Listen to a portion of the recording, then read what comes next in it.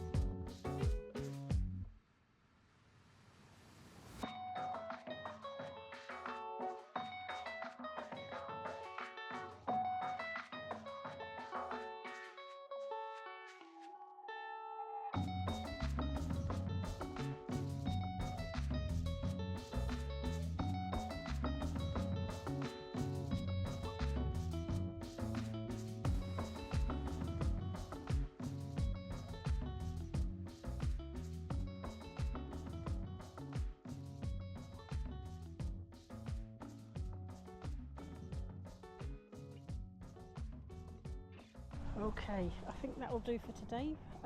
There's that blue kind of plastic there buried. Boy, I wish people didn't use plastic, honestly. And there's a little bit more over there. Don't know if you can see that. And a lot more nettles, but I'm going to I've made a start, so that's good.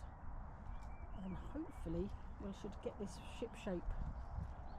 Yeah, Rosie's looking for a tennis ball. She thinks there's one lost in there because they've all got lost in the hedge. Anyway, I want to say thanks for watching, and I'll see you on the next one. Take care, everybody. Bye. Say bye, Rosie.